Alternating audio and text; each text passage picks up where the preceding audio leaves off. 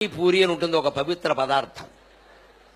ఓ మురుక్కాలవ పక్కన ఓ బడ్డీ పెడతాడు వాడు, ఇంత పెద్ద సంచి ఎడతాడు, దాని నిండా ఏమిటో ఇలాగా మొత్తం బూర్లు ఖాళీ బూరుల్లో ఉంటాయి అన్నీ కూడాను, ఇంతంత గొట్టాలు. అదేమో చెదపడం, అందులో ఏదో రసమో నీరసమో ఏదో పోస్తాడు, అది తినడం. ఇంకా వై అన్న వాడి చెయ్యి పవిత్రం, ఆ పానీ పవిత్రం, ఆ పూరి పవిత్రం, ఆ సంచి పవిత్రం, ఆ గరిటె పవిత్రం, పక్కన మురిక్కాలవ పరమ పవిత్రం. మన ఆరోగ్యాలు ఏమైనా బాగుంటాయా? రుచి ఒకటే కాదు, రుచితో పాటు శుచి ఉండాలి. అలాగని శుచి ఒక్కటే కాదు, శుచితో పాటు రుచి ఉండాలి. ఎప్పుడు ఆహారంలో రెండు ప్రధాన లక్షణాలు, ఒకటి శుచి, రెండు రుచి. అందులోనూ ప్రథమ ప్రాధాన్యం శుచి, రుచి కాదు. శుభ్రమైందా కాదా, నీకు రుచి సరిపోతే అలాగా. రుచి బాగుండాలంటే మీకేం అక్కర్లా. రేపు ఫిబ్రవరి 14 వస్తుందండి, ఏమిటంటే దాని పేరు ప్రేమికుల దినోత్సవం, లవర్స్ డే. అదో డే పనిగట్టు, ఏదో తద్దినంలాగా అదో ప్రేమికుల దినం. అంటే ఆ రోజుతో ప్రేమకి తద్దినం.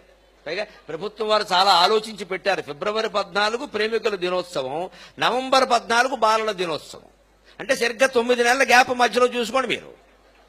అంటే ఇప్పుడు ప్రేమించుకుంటే అప్పుడు పిల్లల ఖాయం, అనుమానం వెళ్ళా. సరిగ్గా 9 నెలలు, ఇది ఫిబ్రవరి 14, అది నవంబర్ 14, 9 నెలల గ్యాప్ ఆలోచించి పెట్టారు. 2 రోజులు కూడా ఎవరు పెట్టాడు, మహానుభావుడు. ఇప్పుడు ప్రేమించుకోండి ఇందిరా పార్కులో, అప్పటికి పిల్లాడు పుట్టేయడం ఖాయం, వాడికి బాలల దినోత్సవం చేసేయచ్చు. ఆ రోజు జరగబోయే పెద్ద మోసం ఏమిటి ఇప్పుడే చెబుతున్నా. ఇప్పటి నుంచి నిల ఉండి అమ్మకం కాని కేకులన్నీ మొత్తం ఈ బేకరీల వాళ్ళందరూ ఆ రోజు మీకోసం పెట్టి ఐ లవ్ యూ అని ఒకటి రాస్తాడు, అంతే. అందులో అంతే, మొత్తం పట్టుకుపోతారు. మనకి ఐ లవ్ యూ కనపడితే చాలా, అది కేక రేక మనకి అక్కల. ఐ లవ్ యూ ఉంది, అది ఒకటేనా ఇంకా? అందుకే వాడు అమ్మేస్తాడు తేలిగ్గా. 10 రోజుల క్రితం తయారు చేసి వాసన వచ్చే కేకు మీద కెమికల్స్ జల్లేసి నీకు ఆ వాసన తెలియకుండా చేసేసి పైన ఐ లవ్ యూ రాసేస్తాడు. ఇవాళ మొత్తం ఆకర్షణీయత ప్రధానంగా వ్యాపారం జరుగుతోంది. మనం ఆ మోసంలో పడిపోవలసిందేనండి.